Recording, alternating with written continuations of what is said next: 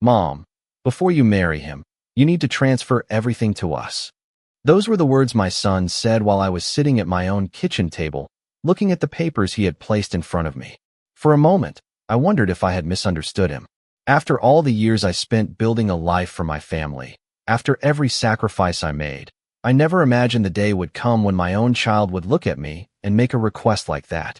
My name is Eleanor Whitmore, and I spent most of my life believing that family was the one thing a person could always count on. I was 68 years old, and after many years of putting everyone else first, I had finally allowed myself to imagine a new beginning. But before I could step into that future, I had to face a painful question. Did my family love me, or did they only love what they thought I could give them? For more than 4 decades, my life was centered around my family. I married young, and together my husband and I built a home filled with memories.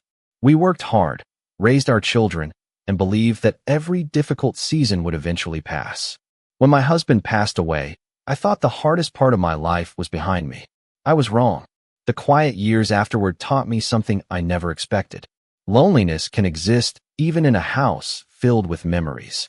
I learned how to make dinner for one person. I learned how to spend holidays differently. I learned how to wake up in the morning and create a routine without someone beside me. But through all of it, I remained grateful because I had my family. My son David was always the person I believed would stand beside me. I remembered him as the little boy who used to hold my hand while walking through the grocery store. I remembered helping him with school projects, cheering for him at events, and supporting him through every stage of his life. Like most mothers, I never kept track of what I gave. I did not count the money, the time, or the opportunities one put aside. I simply loved my child. That was what parents do. Over the years, David became an adult with a family and responsibilities of his own. I was proud of him. I wanted him to succeed. Even when life became busy and we did not talk as often as we once did, I believed our bond was strong. Then I met Thomas Reed. Thomas was someone I had known many years earlier. We reconnected at a community event, and slowly, a friendship grew into something more. He was kind, patient, and respectful. Most importantly, he made me feel seen again. He did not care about my home, my savings, or anything I owned. He cared about the person I was. For the first time in many years, I allowed myself to think about companionship again. I allowed myself to believe that growing older did not mean my life was over. It meant I still had chapters left to write. When I told David that I was considering marriage again, I expected surprise. I expected questions. I even expected concern. But I never expected what happened next. He came to my house with documents and a serious expression on his face. He told me he was only trying to protect the family. He told me that before I started a new life with Thomas, I needed to make sure everything was already settled. Then he pushed the papers toward me and said those words that I will never forget. "Mom, before you marry him, you need to transfer everything to us." I looked at my son and tried to recognize the person sitting across from me. Was this the same child I had spent my life protecting? Was this really about family, or was it about something else? I did not know the answer yet. But as I sat there in silence, I heard a sound that would change everything. My doorbell rang. After the doorbell rang, I sat there for a moment, still trying to process the conversation I had just had with my son. The papers were still lying on the table between us, and the weight of his request felt heavier than anything I had experienced in years. I looked at David, hoping to see some sign that he realized how painful his words had been. But before I could say anything, the sound from the front door interrupted the silence. I stood up slowly and walked toward the entrance. I had no idea that the person standing outside would bring back memories I thought were long forgotten. When I opened the door, I saw Margaret Lewis standing there. Margaret had been one of my closest friends for many years. She had known my husband before he passed away, and she had been there during some of the most difficult seasons of my life. She smiled gently and held a small envelope in her hand. "Eleanor, I hope I am not coming at a bad time," she said. I looked back at David, then at the envelope. Something about that moment felt important. I invited Margaret inside, and the 3 of us returned to the kitchen. David seemed uncomfortable, but I could not understand why. Margaret looked at the papers on the table and then looked at me. "I see I arrived at an important moment," she said quietly. I nodded. I was just trying to understand something. Margaret sat down and placed the envelope in front of me.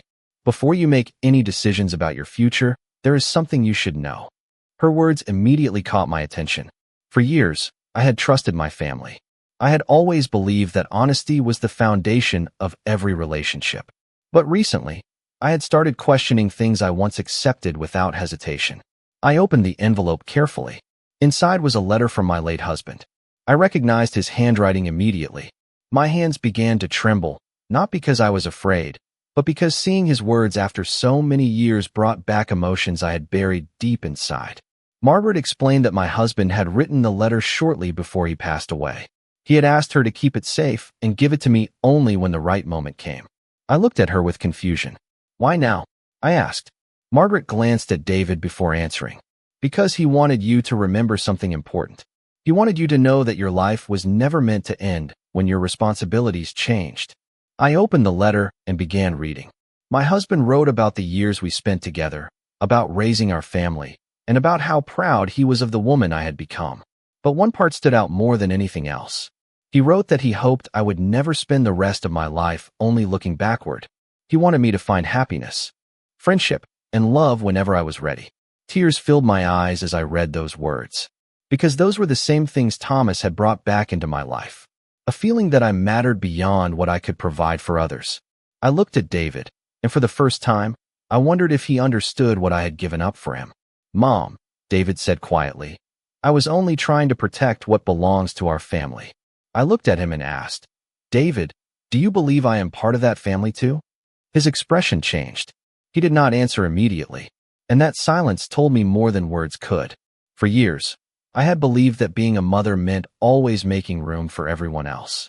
I never questioned whether there was room left for me. But sitting there with my husband's final words in my hands, I began to understand something I had forgotten. My life still belonged to me. My choices still mattered. My future was not something my family could decide without me.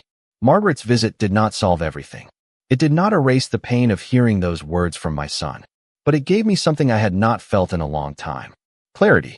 I knew I needed to have a deeper conversation with David.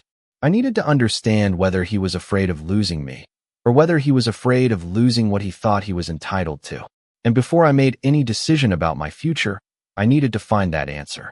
After Margaret left my house that evening, I stayed in the kitchen long after the sun had gone down. The letter from my husband was still sitting on the table, and I found myself reading the same words over and over again. It was strange how a few simple sentences from someone I had loved could remind me of something I had forgotten. I had spent so many years thinking about what my family needed from me that I stopped asking what I needed for myself. The next morning, I woke up with a different feeling. The sadness was still there, but it was mixed with something else. For the first time in a long time, I felt certain that I had the right to make my own choices. Before making any decisions, I knew I needed to talk with David, not as a mother trying to correct her child, but as a woman trying to understand someone she loved. I invited him to meet me at a small cafe near my home. It was a place I used to visit with my husband years ago, and I thought the quiet atmosphere would help us have an honest conversation. When David arrived, he looked tired. The confidence he had shown when he placed those papers on my table was gone. He sat across from me and looked down at his coffee. "Mom, I know yesterday did not go well," he said. I took a breath before answering. "David, I need you to understand something. What hurt me was not that you had concerns. It was that you believed my future should be decided before you even asked what I wanted." He looked at me quietly. "I was worried," he finally admitted. "About what?" I asked. He paused for a moment. "About losing everything we thought was secure." His answer revealed more than he probably intended. I leaned forward and asked, "David, when you say everything, what exactly do you mean?" He struggled to answer. "The house, the family assets, everything we have built." I looked at him and felt a sadness I could not describe. Because in that moment, I realized we were looking at the same situation from completely different perspectives. I saw my life. I saw my memories. I saw the years I spent creating a home filled with love. David saw something that needed to be protected. "David," I said gently, "that house is not just a possession. It is where I raised you. It is where I spent decades of my life. But it is also my home, my life, my decision." He nodded slowly, but I could tell he was still struggling. "I just do not want someone to come into our family and change everything." His words reminded me of something important. Maybe this was not only about money. Maybe David was afraid of change too. "Thomas is not taking anything away from you," I explained. "He is not trying to replace your father. He is not trying to erase our family history. He cares about me. David looked away. I know you think I am being selfish, he said, but I am scared. That was the first honest thing he had said. Since this began, I softened because I understood fear. I had lived through loss. I had rebuilt my life after losing my husband. I knew how frightening change could feel, but I also knew fear could make people hold on too tightly. David, being afraid does not mean you get to control my choices, I said. You are my son, and I love you. But I am still a person with dreams, feelings, and a future. The conversation lasted longer than either of us expected. We talked about memories, misunderstandings, and all the things we had never said out loud. I told him about the loneliness I experienced after his father passed away. I told him how difficult it was to admit that I wanted companionship again. I told him that loving him did not mean I had to spend the rest of my life alone. For the first time, David listened without trying to defend himself. Before we left, he looked at me and said, I did not realize how much I was asking you to give up. Those words were not an apology yet, but they were a beginning. I knew one conversation could not repair everything. Trust takes time. Understanding takes patience. But as I walked back to my car, I felt something I had not felt in weeks. Hope. I still did not know what David would choose. I did not know whether he would accept my new life or continue fighting against it. But I knew one thing. For the first time, I was no longer afraid of standing up for myself. I thought the conversation with David would bring immediate answers, but I quickly learned that understanding someone's heart takes more than one honest discussion. For years, I believed my son knew me better than anyone. I believed he understood my sacrifices, my struggles, and the reasons behind every decision I made. But after our conversation, I realized there was still a part of David that I did not fully understand. He was not only worried about the future. He was holding on to a version of our family that no longer existed. The following week, David called me and asked if he could stop by my house. His voice sounded different. There was less certainty and more hesitation. I agreed because despite everything that happened, he was still my son. When he arrived, he did not bring any papers with him. That alone told me something had changed. We sat in the living room where so many family memories had been created. The same room where we celebrated birthdays, opened holiday gifts, and shared conversations through the years. David looked around and smiled sadly. I forgot how many memories are in this house, he said. I nodded. That is why this has been difficult for me. He looked at me and took a deep breath. Mom, I think I made a mistake. Those words surprised me. Not because I expected him to suddenly understand everything, but because I knew admitting that was not easy for him. I was so focused on protecting what I thought belonged to the family that I forgot this is your life, he continued. I listened carefully. When Dad passed away, I saw how much you changed. You became stronger, but I also saw how much you gave up. I think part of me became afraid that someone else would come into your life, and I would lose the connection we had. His honesty reminded me of the conversation we had started weeks earlier. Beneath everything, there was fear. But fear does not always appear as sadness. Sometimes it appears as control. Sometimes it appears as demands. David, I said gently, I understand being afraid. But you have to understand something too. I spent many years making sure everyone else was okay. I do not regret that. Not for one moment. But now I also have to think about my own happiness. He nodded. I know that now. A few days later, I introduced David and Thomas in a different way. Before, they had met with uncertainty between them. This time, I wanted them to have a chance to speak honestly. Thomas had always been respectful of my family. He never wanted to replace anyone. He understood that my past was part of who I was. During their conversation, I noticed something important. David was not angry at Thomas. He was simply trying to understand his place in this new chapter. Thomas told him, Your mother has spoken about you with pride many times. She loves you deeply. Nothing about my relationship with her changes that. Hearing those words seemed to ease something inside David. For the first time, he saw that this was not a competition. There was no need to choose one person over another. Love was not a limited amount that disappeared when shared. It could grow. Over the next few weeks, things slowly changed. David started calling more often, not to ask questions about decisions or possessions, but simply to check on me. He asked about Thomas. He asked about our plans. He even apologized for making assumptions before understanding the situation. I appreciated his effort, but I also knew healing was a process. The trust between us had been tested. It would take time to rebuild completely. One afternoon, I received another unexpected visit. Someone from my past arrived at my door with information that would reveal a part of my family history I had never known. I had thought the hardest conversations were behind me.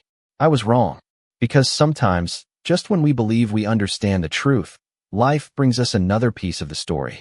And this time, that piece would change how I looked at everything I had built over the years. After the changes that happened between David and me, I thought our family had finally reached a peaceful place. I believed the hardest conversations were behind us. I believed we had learned how to listen to each other instead of assuming we already knew what the other person felt. But life has a way of reminding us that every family has hidden stories, and sometimes those stories wait many years before they are finally revealed. A few days after David's visit, I was sitting in my living room when I heard a knock at the door. For a moment, I wondered who it could be. I was not expecting anyone. When I opened the door, I saw a woman I had not seen in more than 20 years. Her name was Patricia Collins. She had known my husband before he passed away, and she was someone who had been part of our lives during a very different time. I immediately recognized her face, but I could not understand why she was standing at my door after so many years. "Eleanor, I hope you do not mind me coming without calling first," she said. "There is something I believe you need to know." Those words immediately caught my attention. I invited her inside, and we sat at the same kitchen table where so many important conversations had taken place. Patricia looked around the room and smiled softly. "Your home has always been special," she said. "Your husband always talked about how much he wanted this place to be filled with love and memories." Hearing that brought back emotions I thought I had already made peace with. My husband had been gone for years, but there were still moments when a simple sentence could bring back everything we shared. Patricia reached into her bag and pulled out an old folder. "I kept these because I promised your husband I would give them to you when the time was right." I looked at the folder with confusion. "Why would he leave these with you?" I asked. Patricia took a breath before answering. "Because he knew you spent your whole life taking care of everyone else. He wanted to make sure you never forgot that you mattered too." Inside the folder were documents and personal notes my husband had written years earlier. They were not about money or possessions. They were about the life we built together and the hopes he had for my future. As I read his words, I realized something important. My husband had understood me better than I understood myself. He knew that after he was gone, I might struggle to choose myself. He knew I would continue putting my family first, even when I was the one who needed support. One sentence in particular stayed with me. He wrote, "Eleanor, our family is strongest when everyone is allowed to be happy. Never believe that your happiness takes something away from the people you love." I had to pause after reading those words because they connected with everything I had been experiencing. For weeks, I had been trying to convince David that my future was not a threat to our family. But perhaps I also needed to remind myself of the same thing. Patricia explained that my husband had always admired my strength. He knew I would face difficult moments, but he believed I would find my way. "He would be proud of you," she said, "especially now." After Patricia left, I sat quietly with the folder in my hands. I thought about David. I thought about Thomas. I thought about all the years I spent believing that my value came from what I could provide for others. But maybe my value was not measured by how much I sacrificed. Maybe it was also found in allowing myself to receive love and happiness. The next morning, I called David. I wanted him to come over because there was something I needed to share. When he arrived, I placed the folder on the table between us. "Your father left something behind that I think you need to understand," I said. David looked curious as he opened it. As he read the words his father had written, his expression slowly changed.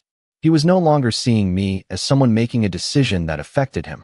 He was seeing me as his mother, as a woman who had spent her entire life loving her family. That moment changed something between us. But I knew our journey was not finished yet, because the biggest challenge was no longer about whether David would accept my choices. It was whether our family could learn to move forward without holding on to the fear that had kept us apart. I never expected a simple folder of old documents to change the way my family saw each other. For years, I believed the biggest challenge in my life was learning how to move forward after losing my husband.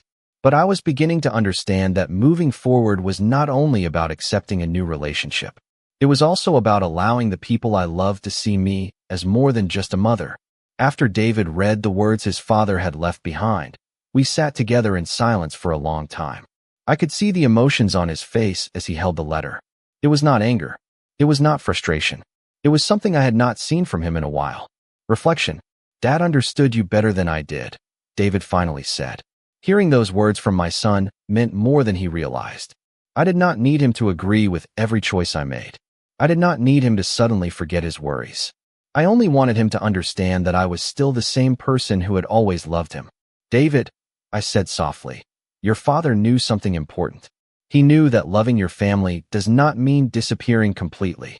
David looked down at the letter. I think I forgot that you were more than just my mom. That sentence stayed with me because it was the truth we had both been avoiding. To David, I had become the person who was always available, the person who would always help, the person who would always put his needs before my own. But somewhere along the way, he forgot that behind the role of being his mother was a woman with dreams, feelings, and hopes. A few days later, David asked if he could talk with Thomas.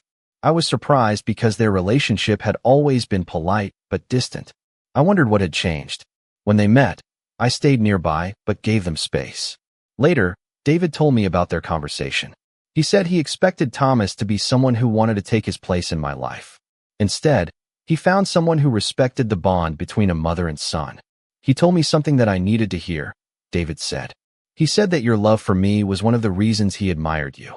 That meant a lot because Thomas had never tried to compete with my family. He understood that my history mattered. He understood that my memories, my marriage, and my relationship with David were all parts of who I was. As the weeks passed, I noticed changes in David. They were small, but they mattered. He stopped asking questions about what I planned to do with my belongings. Instead, he started asking how I was feeling. He called just to check on me. He asked about my plans with Thomas. He began rebuilding the relationship we almost damaged because of fear. But I also had to make changes. I realized that I had allowed myself to become someone who always avoided disappointing others. I had spent years believing that saying no meant hurting the people I loved. But I learned that boundaries were not a sign of a lack of love. They were a way of protecting relationships. One afternoon, David and I sat outside on my porch, drinking coffee and talking like we used to when he was younger. He looked at me and said, "Mom, I am sorry I made you feel like you had to choose between your happiness and your family." I smiled because that was the apology I had hoped for. Not because I wanted him to feel guilty, but because I wanted him to understand. "I forgive you," I said. "But I also want you to remember something. You will always be my son. Nothing changes that. But I am allowed to have a life too." He nodded. "I know now." That moment felt like a turning point. The pain was not erased, but the understanding was stronger than the hurt. I thought our family had finally found peace. I thought we had answered every difficult question. But life had one more lesson waiting for us. Because sometimes, after a family survives one storm, another challenge appears. And this time, the challenge would test whether we had truly learned the difference between love and control. After everything that happened with David, I believed our family had finally reached a place of understanding. We were no longer avoiding difficult conversations. We were no longer allowing fear to decide how we treated each other. For the first time in many years, I felt like my son was seeing me not only as his mother, but as a person with my own hopes and dreams. But I soon learned that healing a family is not always a straight path. Sometimes, even after people understand each other, they still have to learn how to move forward in a new way. A few weeks later, I began making plans for my future with Thomas. Nothing changed about the love I had for my family. I still enjoyed Sunday dinners with David. I still treasured every conversation with my son. But I also allowed myself to be excited about the life I was creating. For years, I had thought about everyone else's happiness before my own. Now, I was learning that choosing myself did not mean abandoning the people I loved. One afternoon, David came to my house with a serious expression. For a moment, I worried that something had happened. But when he sat down, I realized this conversation was different. "Mom, there is something I need to tell you," he said. I waited quietly. "I have been thinking about everything that happened. About the papers. About what I asked you to do. About the way I looked at things." He paused and looked around the room. I think I was afraid of losing control. His honesty surprised me. "Control?" I asked gently. He nodded. "I thought if everything stayed the way it had always been, then nothing would change. But life does not work that way." I listened carefully because I knew how difficult it was for him to admit that. "When Dad passed away, I watched you become the person who held everything together. I think I became too comfortable believing you would always be there exactly the same way. I reached for his hand. David, I will always be your mother. But I cannot stay frozen in one moment of my life just to make change easier for everyone else. He nodded. I understand that now. That conversation meant a lot to me because it showed me how much he had grown. But I also knew I had grown too. I had spent years believing that being a good mother meant avoiding disappointment at all costs. I thought saying no would make people feel unloved. But I learned that love without boundaries can create pain. A family needs honesty as much as it needs affection. Around that time, Thomas and I started preparing for our future together. He never rushed me. He understood that my relationship with David was important. He often reminded me, Eleanor, the people who love you should want to see you happy, not afraid. Those words helped me more than he knew. I had spent so much time worrying about whether my choices would hurt others that I forgot to ask whether denying myself happiness was hurting me. One weekend, I invited David and Thomas to dinner. I wanted us to celebrate how far we had come. As we sat around the table, I looked at the two people who represented different chapters of my life. David represented the years of love, sacrifice, and memories I would never trade. Thomas represented the possibility of new experiences and companionship. For so long, I thought those two parts of my life had to compete. But they did not. During dinner, David smiled and said something I never expected to hear. Mom, I think I finally understand. You were never choosing someone else over me. You were choosing happiness alongside the family you already had. I felt a wave of emotion because that was the truth I had wanted him to see from the beginning. Later that evening, after everyone left, I stood by the window and looked around my home. The same home where I had experienced loss. The same home where I had raised my son. The same home where I had questioned whether I still had the right to dream. I realized something important. My family had not been destroyed by change. It had been strengthened by honesty. But just when I thought our biggest challenge was behind us, I received a message that would bring back an old concern. A concern involving the very thing that started this entire journey.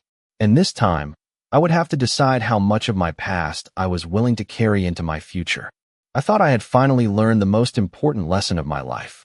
I learned that love could grow without taking anything away from the people who mattered most. I learned that my son could accept my choices, and I learned that I could allow myself to move forward without feeling guilty.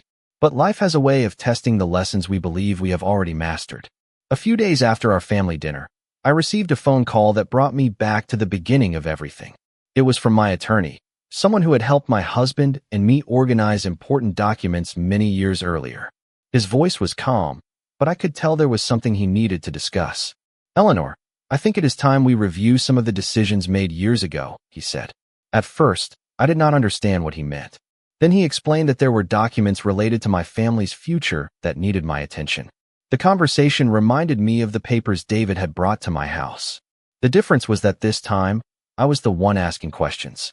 For years, I trusted others to handle important matters because I believed that was part of being a family. I believed that if I took care of the people I loved, they would naturally look out for me too. But I had learned something valuable. Love and trust are important, but understanding your own choices is just as important. When I met with my attorney, he carefully explained everything to me. There was no emergency. There was no reason to panic. He simply wanted to make sure I understood my options and that my decisions reflected what I truly wanted. Sitting there, I realized how much I had changed. The Eleanor who walked into that office was not the same woman who had sat at her kitchen table weeks earlier feeling confused and hurt. That woman was afraid of disappointing her son. This woman was ready to speak for herself. Later that day, I talked with David about the conversation. I expected him to become worried when I mentioned reviewing my plans. Instead, he surprised me.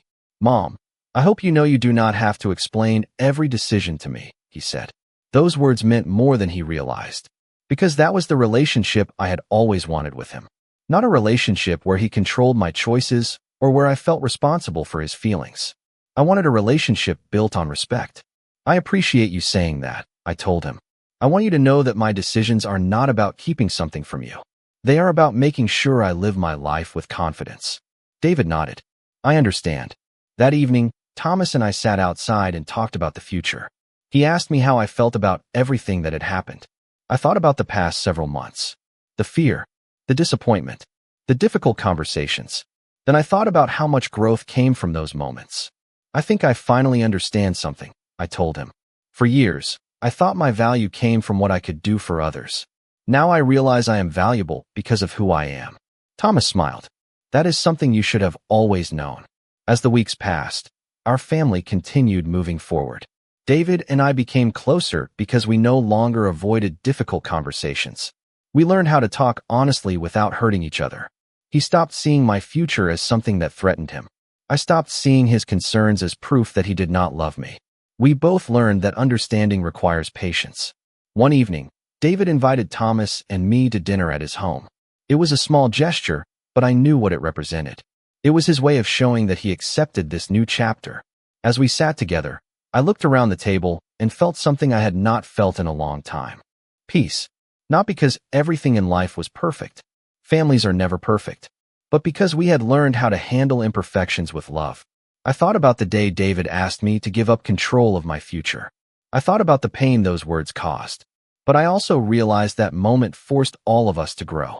Without that difficult conversation, we might never have discovered the things we were afraid to say.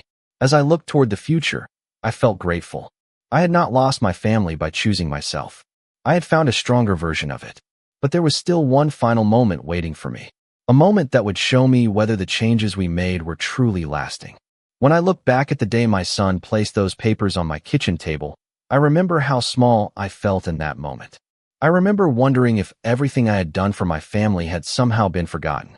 For many years, I believed being a good mother meant giving without expecting anything in return. I believed love meant always putting others first. But through everything that happened, I learned a lesson I wish I had understood much earlier. A family built on love does not require one person to disappear. It requires everyone to respect each other's hearts, choices, and dreams.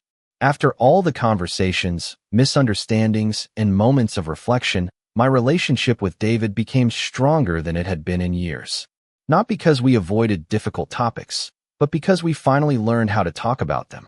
We stopped pretending that everything was fine when something was bothering us. We stopped assuming we already knew what the other person felt. Instead, we listened.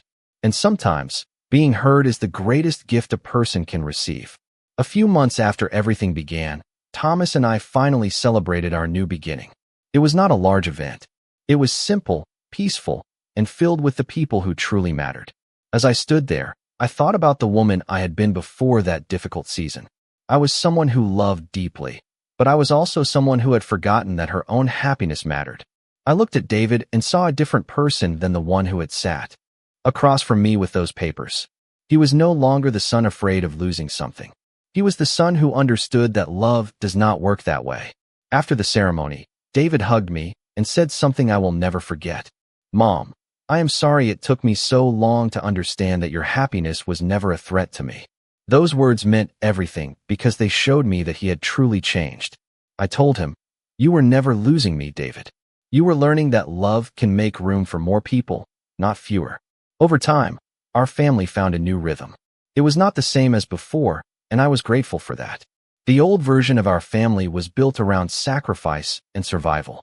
The new version was built around honesty and choice. David and Thomas developed a relationship based on mutual respect. They did not need to become the same kind of person. They simply needed to understand that they both cared about me. I also changed the way I viewed myself. I stopped feeling guilty for enjoying my life. I stopped believing that wanting companionship meant I had failed my family. I started taking walks, making plans, and enjoying the simple moments I once ignored because I was always focused on someone else. I realized that age does not mean a person stops growing. It does not mean dreams disappear. It does not mean happiness has an expiration date. Looking back, I am grateful that my doorbell rang that day. At the time, I thought it was interrupting one of the most painful moments of my life. But now I see it differently. That unexpected moment opened a door to conversations we needed to have. It forced us to look honestly at our fears and our expectations. It helped me understand my son, and it helped him understand me. The greatest lesson I learned is that family is not about control. It is not about ownership. It is not about deciding what someone else should do with their life. Family is about love, respect, and allowing the people we care about to become who they are meant to be. I spent many years giving everything I had to my family. I would do it all again because those years created memories I treasure. But I also learned that a mother can love her children completely and still choose happiness for herself. I did not lose my family when I chose a new beginning. I found a stronger one. And after all those years of taking care of everyone else, I finally understood something important. I deserved a future that belonged to me too.